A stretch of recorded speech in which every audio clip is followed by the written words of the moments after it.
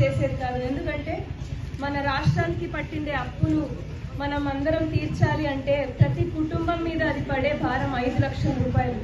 అంటే ప్రతి కుటుంబం 5 లక్షలు డొనేట్ చేస్తే తప్ప మనము మన రాష్ట్రానికి ఉన్న అప్పు నుంచి బయటపడేది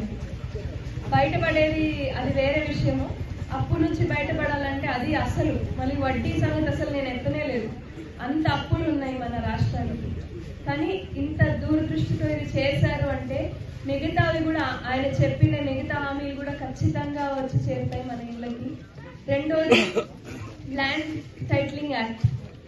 మామూలుగా మన ఆస్తి పత్రాల మీద మన ఫోటోలు ఉంటాయి, మన పూర్వీకుల ఫోటోలు ఉంటాయి, వాళ్ళ పేర్లు ఉంటాయి. కానీ ల్యాండ్ టైటిలింగ్ యాక్ట్ అనేది వైసీపీ ప్రభుత్వం తీసుకొచ్చారు. మనం ఎప్పుడైనా డబ్బులు అవసరం వస్తే బ్యాంకులో మన స్థలపత్రాలన్నీ అక్కడ తాకట్టు పెట్టి అమౌంట్లు తెచ్చుకుంటాం. ఇదే కాన్సెప్టే వాళ్ళు తీసుకురావాలనుకున్నారు. అంటే మన స్థలాలు అన్నీ తీసుకొని దాని బేసిస్ మీద రాష్ట్రానికి అప్పు తీసుకురావాలి, అలాంటి ఉద్దేశం చేశారు. ఉద్యోగ అవకాశాలు క్రియేట్ చేస్తుంది అనే దానికి లైవ్ ఎగ్జాంపుల్ మన దగ్గర ఉన్న కియాని. ఇలా చెప్పుకుంటూ పోతే ఖచ్చితంగా ఇదే పద్ధతిగిన ఈ 100 రోజులు ఏవైతే చేశారో ఇదే పద్ధతిగిన రాబోయే 4 సంవత్సరాలు 9 నెలలు మనం చేసుకోగలిగితే, మంచి ఉద్దేశంతో మనం చేసుకోగలిగితే ఖచ్చితంగా మనం మన రాష్ట్రం ఇంత తిరిగే ఉండదు, ఒక మంచి రాష్ట్రంగా నిర్మాణం చేసుకోవచ్చు. అందులో నాకు భాగంగా ఒక అవకాశం ఇచ్చినందుకు చాలా ఆనందంగా ఉంది. మనం విజయవాడ ఫ్లడ్స్ కూడా చూసాం. గత నెల రోజుల్లో ఎంత ఇబ్బందులు పడ్డారో విజయవాడలో. అందులో సీఎం గారు స్వయంగా అక్కడే బస్సులో ఉండి ఆయన సొంత ఫ్యామిలీని అన్ని కూడా వదిలేసి ఆ వయసులో కూడా ఆయన కూర్చొని కష్టపడ్డారు అంటే ఒక్కసారి గమనించుకోండి.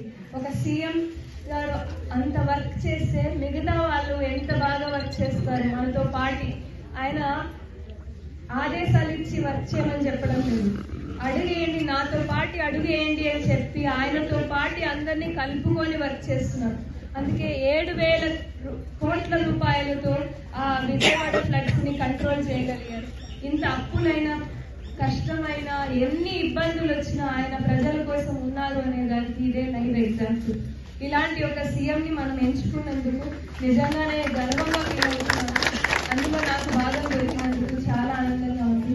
ఈ 100 రోజులు ఎలా మంచిగా పూర్తయినాయో మిగతా రోజులు కూడా అలాగే కష్టపడి మన నియోజకవర్గంనే కాదు ఆంధ్రప్రదేశ్ రాష్ట్రాన్ని ఒక మంచి రాష్ట్రంగా నిర్మాణం చేసుకునేకి మీ అందరు సాయం కావాలి.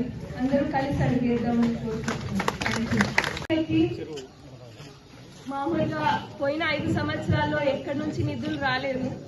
ఈ పంచాయతీలకి 1452 కోట్ల రూపాయలు శాంక్షన్ చేయడం జరిగింది అన్ని పంచాయతీలకి ఆంధ్రప్రదేశ్ రాష్ట్రంలో. అందులో భాగంగా ఇవాళ జగరాజ్పల్లిలో ఒక బీసీ కాలనీ నుంచి ఎస్సీ కాలనీ వరకు ఒక రోడ్ శాంక్షన్ చేయడం జరిగింది. ఇంటర్నల్ సీసీ రోడ్ ఒకటి శాంక్షన్ చేయడం జరిగింది. 5,50,000 రూపాయలతో ఇవాళే శాంక్షన్ చేయడం జరిగింది. దానికి ఇవాళ టెంకాయ కొట్టేసే వెళ్తాం. మన ఊళ్ళు ముందడుగు వేస్తున్నాయనే దానికి ఇదే లైవ్ ఎగ్జాంపుల్. 110 మీటర్లతో ఇవాళే దానికి టెంకాయ కొట్టేసి వెళ్తాం. అలాగే చెరువులు అన్న వాళ్ళు అడుగుతున్నారు, అది కూడా చేస్తామండి త్వరలో. ఫేజుల వారీగా ఒక్కొక్క ఇబ్బంది ఏదైతే ఉన్నాయో ఊర్లకి ఒక్కొక్కటి కంప్లీట్ చేసుకుంటూ వస్తాం. మమ్మల్ని కూడా పక్కన పెట్టి పార్టీ ముఖ్యం కాదు, మనకి ఈరోజు ప్రజలు ఓట్లు ఆఫీసర్తోనూ చర్చించి మరి మంచి మంచి పథకాలు తీసుకొని వస్తున్నారు. కొన్ని అమలయ్యాయి. అలాగే పంచాయతీరాజ్ వ్యవస్థని, అటవీ శాఖని, అలాగే మిగతా 3 శాఖల్ని 5 శాఖల్ని తీసుకొని రాష్ట్రాన్ని చంద్రబాబు నాయుడు గారు, పవన్ కళ్యాణ్ గారు చేస్తున్నారని చెప్పి సందర్భంగా మీకు గుర్తు చేస్తున్నారు. ఇకపోతే ఏవైతే సూపర్ 6 చెప్పినామో ఆ పథకాలని కంప్లీట్ చేస్తామని చెప్పి సందర్భంగా మీకు గుర్తు చేస్తున్నాం. ఇక మిగతా విషయాలకు వస్తే ఫస్ట్ వచ్చి ఎన్ఆర్ఈజిఎస్ ఉపాధి హామీ పథకం. ఈ ఉపాధి హామీ పథకంలో ఎమ్మెల్యే గారు పదవి స్వీకారం చేసిన వెంటనే వాళ్ళ నాయనకుండి వాళ్ళ నాయన డీజీపీ పలుకుబడి వాళ్ళ మా మంత్రి పలుకుబడి ఉపయోగించి తాను సొంతంగా 20 కోట్ల రూపాయలు ఈ పుట్టపర్తి నియోజకవర్గానికి ఎన్ఆర్జీ ద్వారా శాంక్షన్ చేయించిందని చెప్పి ఈ సందర్భంగా మీకు గుర్తు చేస్తున్నారు. దానిలో భాగంగానే ఈ దీనిలకు 3 కోట్ల రూపాయలు మన పుట్టపర్తి అర్బన్ రూల్కి వచ్చినాయని చెప్పి సందర్భంగా మీకు గుర్తు చేస్తున్నాం. కాబట్టి ఎన్ఆర్జీఎస్ పథకం ఉన్నారు, అధికారులు ఉన్న ఎన్ఆర్జీఎస్ ఎలా నోటికాలకి చేయందుతానంటే కారణం ఎన్ఆర్జీఎస్.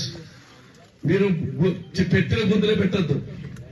ఏవైతే ఇన్ఫ్రాస్ట్రక్చర్స్ ఉన్నాయో చెరువులు గాని, చెరువుల పూడికి గాని, లేకపోతే చెక్ డ్యాములు గాని, ఏవైతే ఎన్ఆర్జీ ఫార్మ్ పాండ్స్ గాని ఏవైతే ఉన్నాయో మంచి స్ట్రక్చర్స్ ఆలోచించేసి పెడితే ఎన్ని డబ్బులు కావాలో ఎన్ఆర్జీఎస్ లో మీకు ఇస్తామని చెప్పి సందర్భంగా గుర్తు చేస్తున్నా.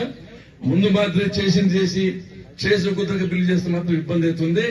ప్రజలకు లాభం ఉండాలా, ప్రభుత్వానికి లాభం ఉండాలి. కాబట్టి ఎన్ఆర్జీఎస్ లో కరెక్ట్ గా పనిచేయాలా.